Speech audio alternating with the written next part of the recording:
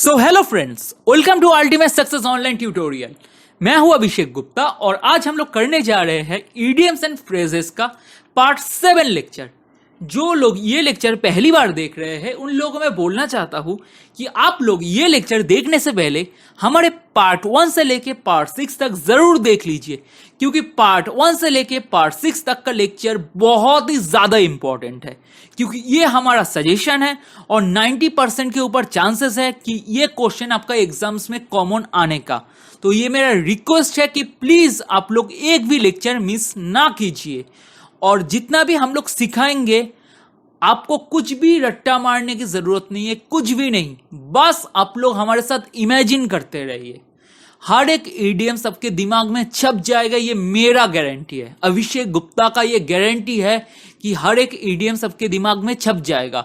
Please आप हमारे साथ इमेजिन करते रहिए। और जिन लोगों ने अभी तक हमारे चैनल को सब्सक्राइब नहीं किया है, प्लीज जाके अभी सब्सक्राइब कीजिए और नोटिफिकेशन बेल को दबा दीजिए। तो चलिए बिना टाइम वेस्ट करके शुरू करते हैं आज का लेक्चर। तो सबसे पहले ईडियम्स क्या है? Add fuel to flames. क्या है? Add fuel to flames. इसका मतलब क्या है? To make a problem worse. ठीक है, इसका मतलब क्या है? कोई प्रॉब्लम चल रहा है उसको आप और भी गंदा बना रहे हैं। कोई भी प्रॉब्लम चल रहा है उसको आप और भी गंदा बना रहे हैं। ठीक है, इसका मतलब क्या है? Add fuel to flames. इसको अब याद कैसे रखना है? सोचिए। ठीक है, सोचिए, मेरे साथ इमेजिन कीजिए। किसी का घर जल रहा है, थोड़ा आग लग गया है, किसी के घर में आग लग गया है। मतलब क्या है? उसका घर जल रहा है। सोचिए, आपके पड़ोसी के घर में आग लग गया, पूरा घर में आग नहीं लगा है, थोड़ा सा वारांदा पे आग लग गया है। सोचिए, आपके पड़ोसी के वारांदा पे आग लग गया है, तो अब क्या करेंगे? प्रॉब्लम को खत्म करने की कोशिश करेंगे। प्रॉब्लम को खत्म करने के लिए क्या करेंगे? आप पानी डालेंगे ताकि आग बुझ जाए। ठीक है, अब मान लीजिए कि गलती से आप पानी के जगह पे एक बाल्टी पेट्रोल डाल दिए। सोचिए, गलती से आप पानी के जगह पे क्या डाल दिए? पेट्रोल डाल दिए, नहीं तो केरोसिन डाल दिए। ठीक है, नहीं तो कोई भी फ्यूल डाल दिए। घी भी हो सकता है, जैसे हिंदी में बोलते हैं ना, आग में घी मत डाल। ठीक है, यही मान लीजिए आपके पड़ोसी के वारांदा जल रहा है। अब क्या करेंगे? प्रॉब्लम को बंद करने के जगह पे आप क्या करेंगे? प्रॉब्लम को बंद करने के जगह पे आपने गलती से पानी के जगह क्या किए?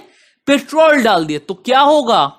आग और तेजी से बढ़ जाएगा। अभी वारांदा जल रहा था, अब तो पूरा क्या जलेगा? पूरा घर जलना शुरू कर देगा। आग तो बहुत तेजी से बढ़ जाएगा।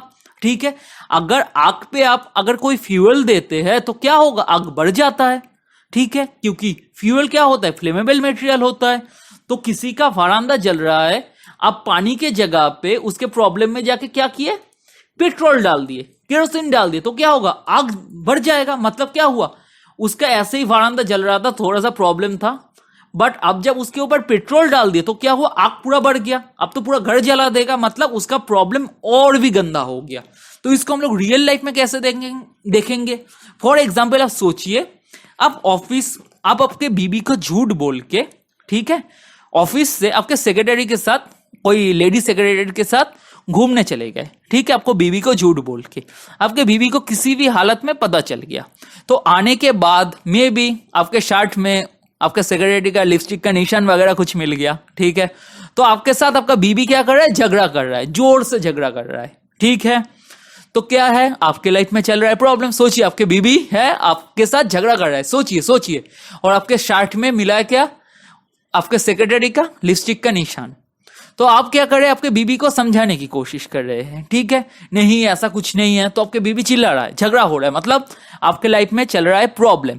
अब मान लीजिए कोई आ गया, कोई आपका दुश्मन ही आ गया, आके आपके बीबी के कान में बोल रहा है, नहीं नहीं नहीं, ये दोनों को तो मैं देखा उस पब में एक साथ हाथ पकड़ के बैठा हुआ था। ठीक है, आपके बीबी को आके बोल रहा है, मतलब आपका तो प्रॉब्लम ऐसे ही चल रहा है, आग तो ऐसे आपके घर में जल गया। अब क्या कर रहा है? वो आके बंदा आके आपके बीबी के कान में घुसा रहा है, आपके बारे में और गंदा बोल रहा है, मतलब प्रॉब्लम में और आग डाल रहा है और घी डाल रहा है। प्रॉब्लम में क्या कर रहा है? और प्रॉब्लम मतलब क्या? आग तो ऐसे ही जल रहा है ना। आपका बीबी तो एकदम गुस्से में आग है, आग बबूला हो गया है, उसमें आके क्या बोल रहा है? और भी आपके बारे में गंदा बोल रहा है। मतलब आपके बीबी और गुस्सा हो जाएगा, मतलब आग में क्या कर रहा है? पेट्रोल डाल रहा है। ठीक है, मतलब प्रॉब्लम को और बढ़ा रहा है। तो क्या करेगा, आपका तो हो गया, बीबी तो उस दिन आपको जिंदा नहीं छोड़ेगा, क्योंकि कोई आके आपके घर में क्या कर रहा है, ऐसे ही प्रॉब्लम चल रहा था, उसमें आके और आग डाल दिया, मतलब आग नहीं, सॉरी, पेट्रोल डाल दिया। ऐसे ही प्रॉब्लम, मतलब आग जल रहा था आपके घर में, वो आके और फ्यूल डाल दिया, तो क्या हो गया, प्रॉब्लम और बिगड़ गया। समझ में आ गया? इमेजिन कर लिए, सोच लेना, गलती से ऐसे करने मत जाना, ठीक है। बीवी के पीछे कोई अगर आके आग में घी डाल देगा ना पीछे से, घर पे रहने का लायक नहीं बचोगे, ठीक है। तो चलो नेक्स्ट देख लेते क्या है। तो नेक्स्ट है, that's the way the cookie crumbles. That's the way the cookie crumbles, इसका मतलब क्या है, no matter how unfair the situation is, it must be accepted. मतलब क्या बोल रहा है, फॉर एग्जाम्पल इसको कैसे याद रखना है, क्या बोल रहा है, कितना ये कुछ मैटर नहीं करता है कि कितना गंदा सिचुएशन आपका है, बट आपको इसको एक्सेप्ट करना ही पड़ेगा। तो इसको आप कुकी क्रम्बल्स के साथ कैसे रिलेट करेंगे, तो इमेजिन करते रहिए, सोचिए, आप घर पे बना रहे हैं कुकीज, क्यों, क्योंकि मेहमान आएगा आपके घर में, मेहमान आएगा, आप बना रहे हैं कुकीज। सोचते रहिए, सोचते रहिए, ठीक है। नहीं तो आपके घर में मेहमान आके बैठ गया है खाने के लिए, अब उनके लिए बना रहे कुकीज, ठीक है। कुकीज बनाने के चक्कर में क्या हो गया, आपका कुकीज सारा टूट गया। क्रम्बल्स का मतलब क्या है, गलती से टूट जाना। अब सोचिए, मेहमान आके आपके घर में बैठा है, अब उसके लिए बना रहे थे कुकीज, अचानक कुकीज सब टूट गया, अब क्या करेंगे, मेहमान को टूटा हुआ कुकीज देंगे, बोलिए, टूटा हुआ कुकीज देंगे, नहीं ना। बट कुकीज तो टूट गया, मतलब ये सिचुएशन इतना अनफेयर हो गया यार, मेहमान आ गया है, मैं बना रहा हूं, कुकीज भी टूट गया, मतलब मेरे लिए तो अनफेयर सिचुएशन हो गया ना, भगवान क्या कर दिए, मेहमान आ गया है, मैं अच्छे से कुकीज बना रहा था, एट द लास्ट मोमेंट मेरा कुकीज टूट गया, गलती से मेरा कुकी क्रम्बल्स हो गया, क्यों, गलती से टूट गया, तो मैं क्या करूंगा, तो क्या करेंगे, आप कुकीज को उठा के फेंक सकते हैं, मार सकते हैं, नहीं ना। अब मार पाएंगे कुकीज को, तू क्यों टूटा, मैं तेरे को जिंदा नहीं छोड़ूंगा, कर सकते हैं, नहीं। आपको क्या करना पड़ेगा, ये अनफेयर सिचुएशन में आपको इस चीज को एक्सेप्ट करना पड़ेगा। क्या कर सकते हैं, आपको कुकीज को जाके पीटेंगे, क्यों टूटा, मेहमान आ गया है, तेरे को मैं जिंदा नहीं छोड़ूंगा, कर सकते हैं, नहीं ना। तो क्या करना पड़ेगा, आपको ये कुकीज को एक्सेप्ट करना पड़ेगा, हाँ ये टूट गया है। अब इस समय अगर कोई इनोवेशन कर सकते हो अलग बात है, फॉर एग्जाम्पल मैं ये कुकीज को, टूटा हुआ कुकीज को लेके मे बी बोला किसी, मतलब भाई को बोलो या पापा को बोलो, प्लीज एक आइसक्रीम लेके आओ, या मैं खुद जाके आइसक्रीम लेके आता हूँ और उसको कुकीज के साथ मिक्स करके चॉकलेट सॉस मिला देता हूँ, तो इनोवेशन हो गया, ये बात का बात है। बट फॉर नाउ जितना भी गंदा अनफेयर सिचुएशन आपको तो एक्सेप्ट करना पड़ेगा ना। जैसे for example real life example जो है, जो आपका एग्जाम से आ रहा है, कैट में सबको सब सपना देखता है क्या, मेरे को IIMs जाना है, कौन सा IIMs ABC, अहमदाबाद, बेंगलोर, कोलकाता, ठीक है। बट राइट वाला फोटो देखिए, फॉर जनरल IIMs का कट ऑफ कितना होता है, आप बोलिए 99% के अब मैं तो बोलूंगा ABC के लिए अगर मिलना चाहिए IIMs तो 99.5 के ऊपर रहना चाहिए, अगर आपको चाहिए जनरल के लिए IIMs मिल जाए आपको, ठीक है। बट फॉर SC ST क्या है, ये तो रियलिटी है ना, SC ST क्या है, 60 to 65 परसेंटाइल IIMs का कट ऑफ रहता है, IIMs ABC का कट ऑफ रहता है। अब बोलिए ये क्या है, अनफेयर सिचुएशन है, सबके लिए अनफेयर सिचुएशन है, बट आप कुछ कर सकते हैं, नहीं ना, आपको तो एक्सेप्ट करना ही पड़ेगा, सालों से चल रहा है, मैं भी कैट दिया इस सिचुएशन के ऊपर, सब लोग कैट देते हैं, कुछ कर सकते हैं, नहीं कर सकते ना, आप थोड़ी ना जाके IIMs को मार सकते हैं जाके, क्यों, ये है नाइंसाफी है, मैं नहीं दूंगा एग्जाम, तो IIMs क्या बोलेगा, नहीं देना है मत दे, लाखों लोग दे रहे हैं, तू मत दे, जा घूम। तो क्या है, ये अनफेयर सिचुएशन है, मेरे को भी पता है, आपको भी पता है, बट आपको ये एक्सेप्ट करना पड़ेगा। And those who are SC ST please don't mind, ये एक प्रैक्टिकल एग्जाम्पल है, प्लीज इसको दिल पे मत लेना, ठीक है। तो चलिए नेक्स्ट देख लेते हैं। नेक्स्ट है full of beans. Full of beans इसका मतलब क्या है, to be full of energy और एंड इन हाई स्पिरिट्स, ठीक है। तो इसको कैसे याद रखना है, मैं ये एग्जाम्पल थोड़ा कार्टून के साथ कनेक्ट करूंगा। आई होप कि मैक्सिमम लोगों ने, आप लोगों में से ड्रैगन बॉल जी देखा होगा, जैसे मैं एक ड्रैगन बॉल जी का बहुत बड़ा फैन था, तो मैं भी देखा होगा। फॉर एग्जाम्पल गोकू और वेजिटा, ठीक है। गोकू और वेजिटा, जो लोग गोकू नहीं पहचानते तो मैं बोलना चाहता हूं, जो ऑरेंज कलर का ड्रेस पहना हुआ है वो है गोकू और जो दूसरा वाला है वो है वेजिटा। ठीक है, गोकू और वेजिटा फॉर एग्जांपल लड़ रहा है, दोनों थक जाता था या किसी से साथ भी लड़ रहा है, दोनों थक जाता था तो कार्टून में क्या करता था, सेंसो बीन्स लेता था, सेंसो बीन्स लेता था। बीन्स लेने के बाद उसका क्या होता था, पूरा एनर्जी फिर से गेन कर लेता था, पूरा हाई स्पिरिट में हो जाता था, पूरा लड़ने के लिए तैयार हो जाता था। ठीक है, सोचिए, जो लोग ड्रैगन बॉल से देखे वो लोग सोचिए, और जो लोग नहीं देखे उन लोगों के लिए अब फुल ऑफ बीन्स। बीन्स क्या करता है, beans is the source of energy. ठीक है, beans are the source of energy. ठीक है, बीन्स क्या करता है, आपको एनर्जी देता है। ठीक है, फुल ऑफ बीन्स, आपको पूरा मान लीजिए पूरा भर के बीन्स खाने दिया। ठीक है, तो अगर बीन्स, एक बीन्स अगर आपको एनर्जी देता है, अगर पूरा भरा हुआ एनर्जी, सॉरी, अगर आपको कोई भरा हुआ फुल ऑफ बीन्स देता है तो क्या होगा, आपको पूरा भर के एनर्जी मिल जाएगा, आपका स्पिरिट बहुत बढ़ जाएगा। सोचिए, आपको कोई ज्यादा बीन्स दे दिया तो आप क्या खाएंगे, बीन्स खाएंगे, पूरा एनर्जी बढ़ जाएगा, आपका स्पिरिट भी हाई हो जाएगा, कोई काम करने के लिए फुल्ली एनर्जेटिक हो जाएंगे। ठीक है, समझ में आ गया, कनेक्ट कर लिए। तो नेक्स्ट देखते हैं और प्लीज इमेजिन करते रहिए। As different as chalk and cheese, इसका मतलब क्या होता है, completely different from each other. क्या बोल रहा है, as different as chalk and cheese. ठीक है, इसका मतलब क्या है, पूरा एक दूसरे से डिफरेंट। तो इसको तो याद रखना बहुत ही आसान है, as different as chalk and cheese, मतलब पूरा चॉक एंड चीज की तरह डिफरेंट, चॉक एंड चीज की तरह डिफरेंट। तो गाइस अब बोलिए चॉक क्या होता है। हम सब ने चॉक देखा है, राइट साइड में मैं आपको फोटो भी दिया हो, पिक्चर भी दिया हो।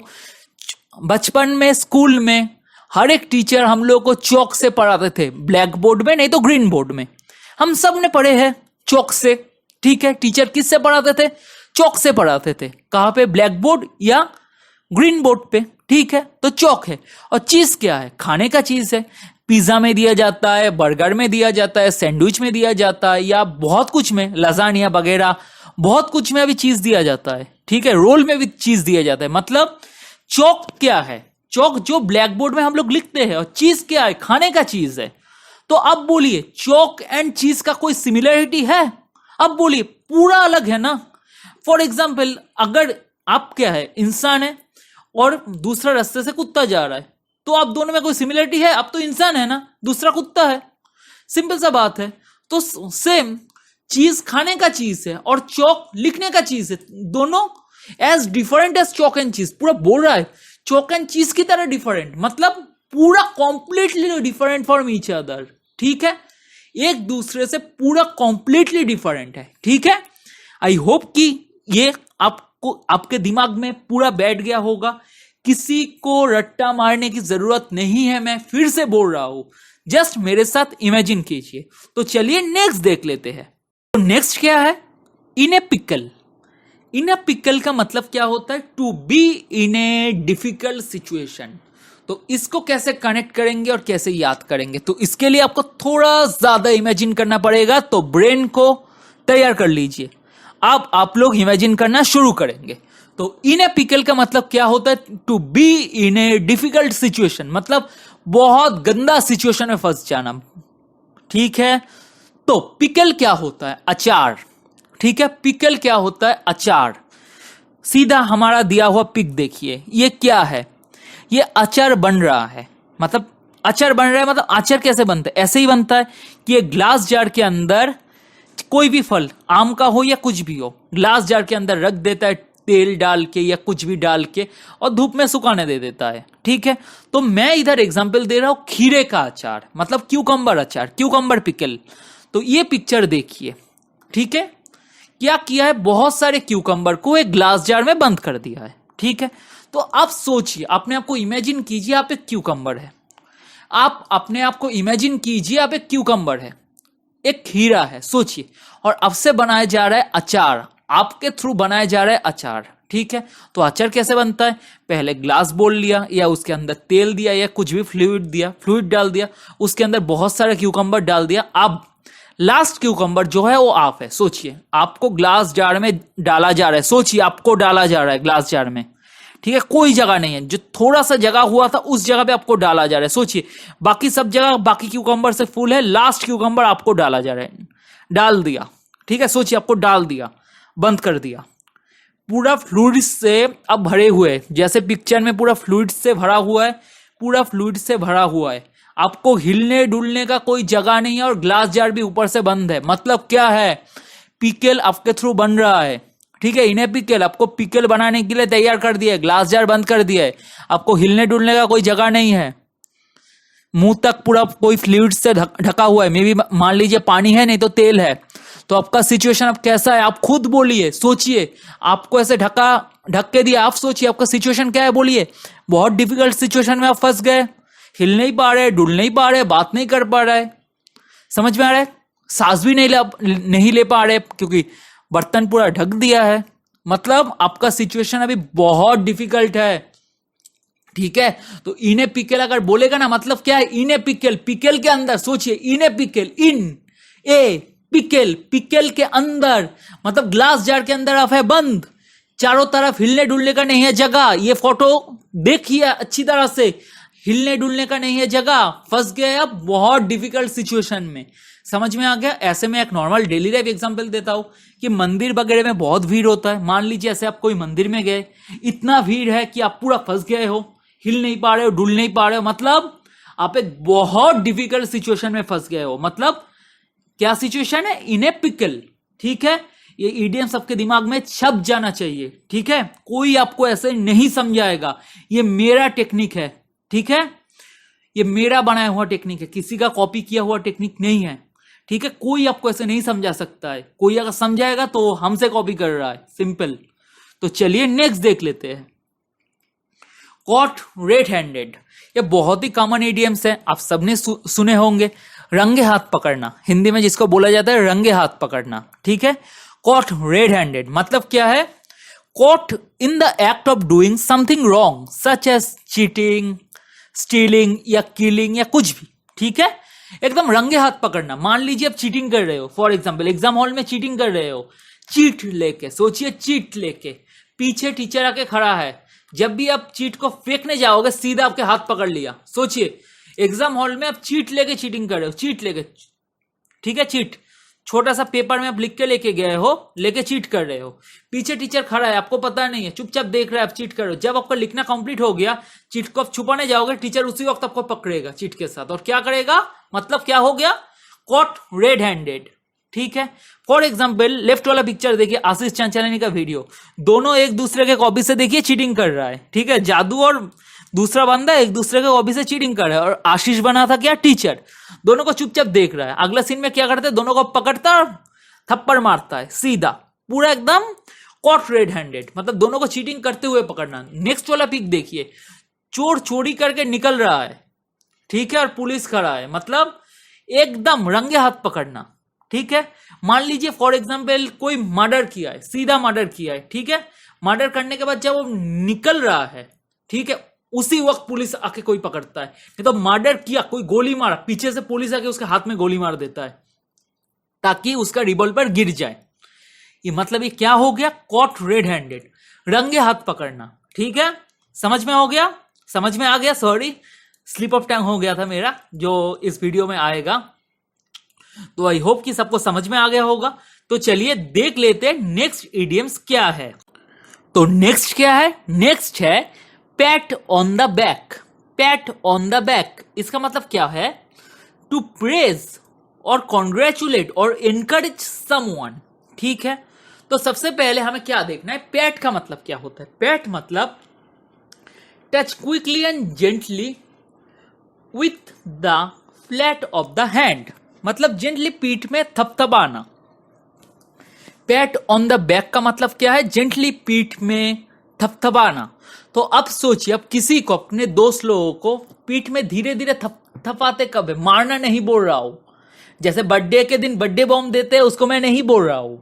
मैं क्या बोल रहा हूं, आप आपके दोस्त को कब थपथपाते हैं पीठ को, जब आप लोग शाबाशी देते हैं, उसको इनकरेज करते हैं, अरे भाई तेरे से हो जाएगा, यार आपका दोस्त टॉप किया, सबने टीचर आपके दोस्त को उठा के बोलता है कि ये टॉप किया, तो आप क्या करेंगे? सीधा आपके ऑटोमेटिक जियो भाई जियो, आप सीधा हाथ पीठ में मारेंगे, जियो भाई जियो, तू तो फाड़ दिया, तू तो हिला के रख दिया। करेंगे या नहीं करेंगे? मान लीजिए आपका बेस्ट फ्रेंड आपके बगल में बैठा हुआ है और टीचर उसको खड़ा करके बोल रहे कॉन्ग्रेचुलेट, तो क्या करोगे आप? नॉर्मली जियो भाई जियो, पीठ में धीरे धीरे थपथपाओगे ना?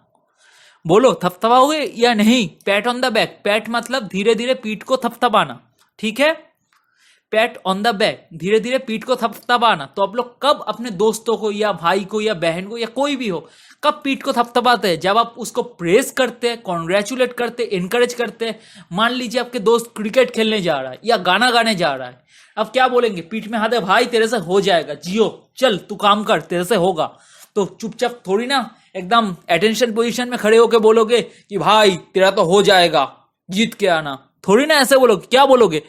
थपथपा के बोलोगे ना, ऐसे आवाज करके, जियो भाई जियो तेरा हो जाएगा, तू टेंशन मत ले, अपने ऊपर भरोसा रख। ऐसे आवाज करोगे या नहीं करोगे? बोलो, ऐसे आवाज करोगे या नहीं करोगे?